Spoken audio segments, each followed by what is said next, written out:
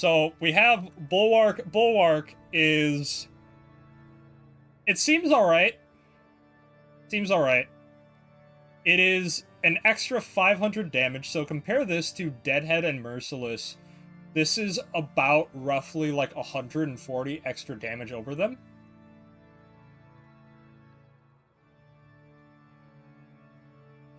So, if you have 1,500 armor, you're getting that extra damage out of that. And also, it doesn't need to build up, unlike Merciless and Deadhead, which I think is an important distinction.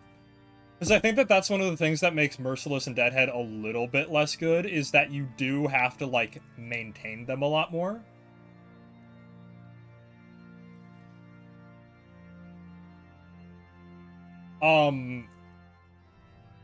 Again, like I said, it's okay. It's an option that's there. Overcharge will, at 90% energy, gain 35% of max energy as multi-shot, capped at 100%. At max rank, it's 350%. So, I have, like, what, like 1,000 energy? That's like an extra 350% multi-shot? Which, that seems pretty good? I don't know. That's one that I'll have to, like...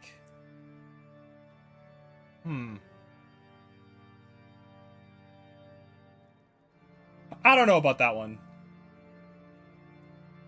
I'll have to see it in practice, and, like, I'm sure it's good on a couple frames.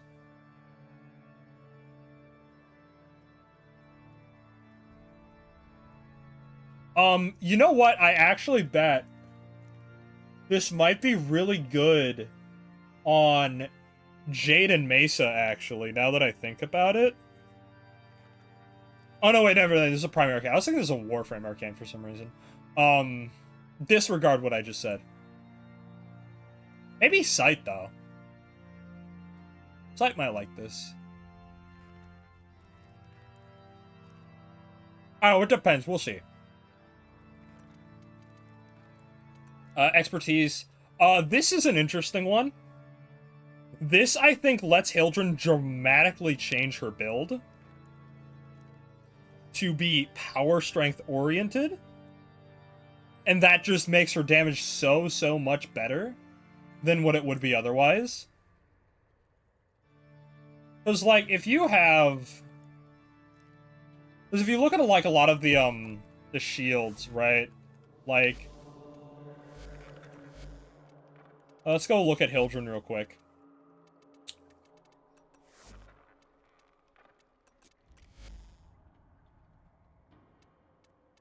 So, like, we have, like, 70% shield capacity, 65% shield capacity, 75%, 180%. So, if we just swap this for barrier right now, we would have... What would it be, like, 159%? Or would it just be 59%? I don't know. I'd have to see how it all calculates. But either way, it makes it so that we can just, like, cut this entirely. And now our strength becomes shield, and we don't need to use, like, some of these... Like, I'd probably keep Boreal's Hatred, obviously. I can now cut the Archon shards and swap those for power strength as well, and, like, still have plenty more shields. Like, there's a lot, I think, that can be done with this. And I think it really makes Hildryn play a lot better.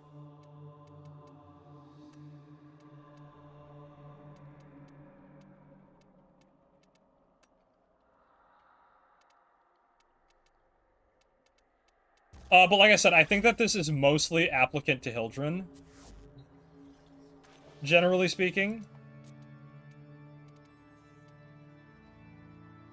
But I think it will see use in that instance.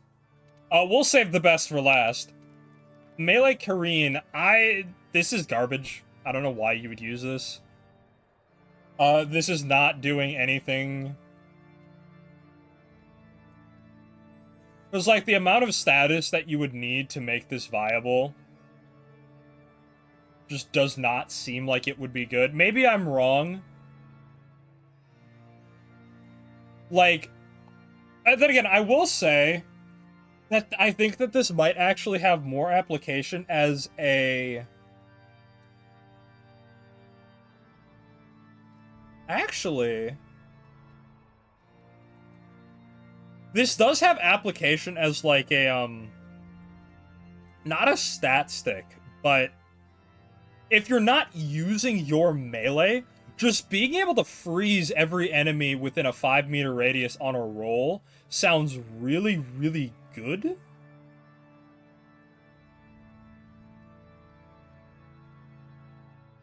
So I think that that's pretty good.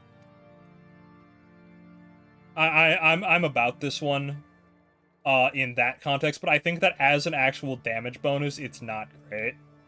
Again, like I said, I think that if you are going to use this, you are going to use it for that passive on-roll effect. I hope the melee doesn't need to be deployed for that to take effect. That'd be a little bit annoying. Arcane Circumvent, this is irrelevant with persistence. I don't know, it seems alright. You can steal Overguard and shields, and, like, that's okay. It feels like kind of a worse version of Rolling Guard. If it lets... Although, I will say, if it lets you get more...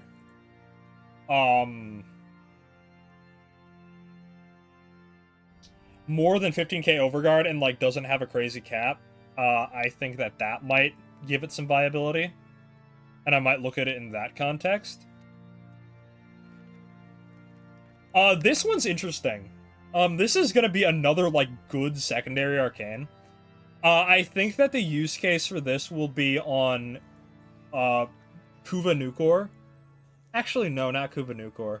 Other beam weapons probably will want to use this. Like, anything that can apply, radiation in a, like, a large area. So again, like, beam chaining weapons. I'm thinking the Gaze is actually going to like this the most. The Gaze kit gun will have a lot of use case for this because it has base radiation damage, and, like, it's a beam weapon, so it's going to have very high status. That's going to help spread that status really hard, and is going to make that secondary a lot better now. Again, I'll have to see how it plays in practice, but we'll have to see, because like I said, once you hit that 10 stacks, I think just every hit is going to, like, I guess fan that damage out, project that damage pretty hard.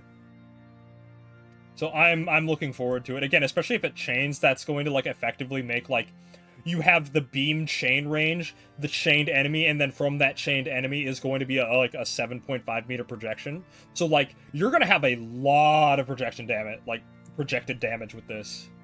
Especially if you have, like, good status and can hit that radiation consistently.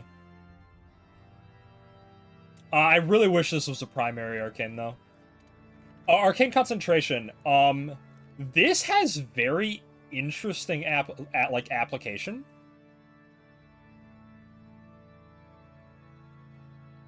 I think Warframes that want natively that like just more duration, because even if it's for 3 seconds, it's 3 seconds on your next cast, right? So you're just getting a whole bunch of duration for free. And that's pretty fucking good. Like, Octavia's going to love this. Who else wants this? I think some versions of Limbo actually might like this a lot.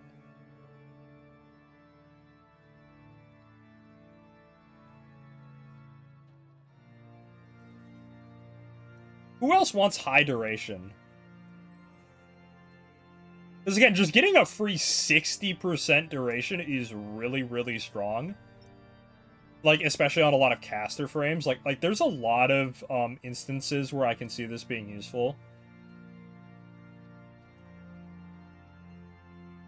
There's just, like, an arcane stat stick to boost duration a lot, because I feel like we don't have a lot of good options for that. And, like, this is a really strong buff to that. Like, because when you look at duration, we have Prime Continuity, which is, like, 55%. We have narrow-minded, which is the corrupted mod, and you have to take range off of that. And that's 99%, but you don't want to take that range off. And then the other two are like 24 and 28, and like that's it. And then we have the one other arcane, which is like 30%. So this is like, I think, the next best source of duration behind primed continuity. And I think that that is important to recognize. So any Warframe that wants duration is probably going to be looking at this directly.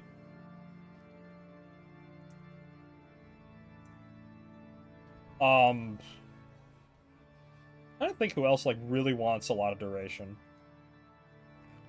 Or doesn't want to give up their range. I think Zaku actually might like this. Now that I think about it. Now that I think about it.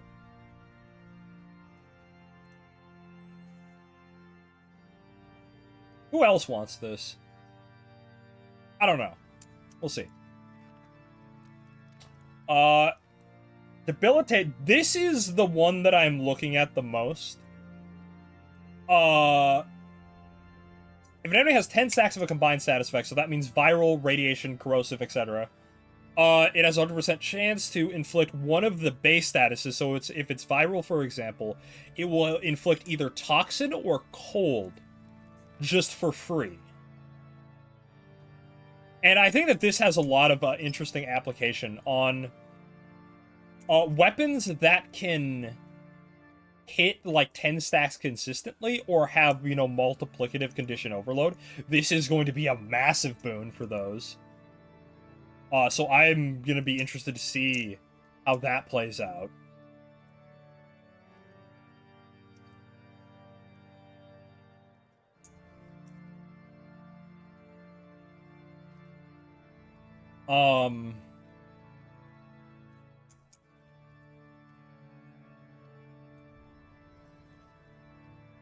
I think that this might be one of the best arcanes for the Scourge right now. Because that primary condition overload and also just having more statuses to apply in general is going to, I think, really buff its damage. I don't know how much better it is going to be compared to Crux, mind you. Because you do have to give up Crux for this, but again, I think that there's a lot of application for this thing in general. I think that this thing will will be one of the better primary arcanes for now.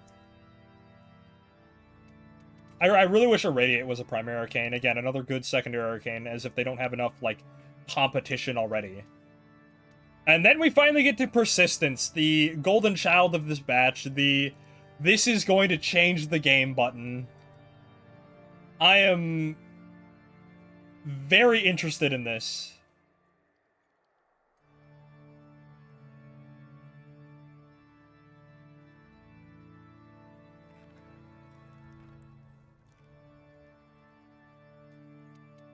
Because it basically gives, how do I put this? Damage attenuation to health tanks is what this says, essentially. This means that health tanks can now scale to level cap, probably, depending on how this works. Like, as long as you can heal that damage off consistently, which health tanks have ways to do that, and healing becomes a lot more prominent with that, health tanks can go to level cap now, I'm pretty sure. Like, this is what they've needed. Like, Nidus and Naros, are going to have a hell of a time with this. I'm sure that Kalervo can probably make use of this as well. Valkyr will want this, I'm sure. I know some people say that she doesn't need it. But, like, I think that this is the result of the Valkyr, I guess, little controversy that happened over the summer. This is the culmination of that design space. And Pablo said, like, does this affect the balance? And he's like, what balance? Pablo don't give a shit. He's like, he knows exactly what he's putting in the game here. So I'm going to be very interested to see how this all pans out with Persistence, and I cannot wait to test it. Because, like, unlike Attenuation,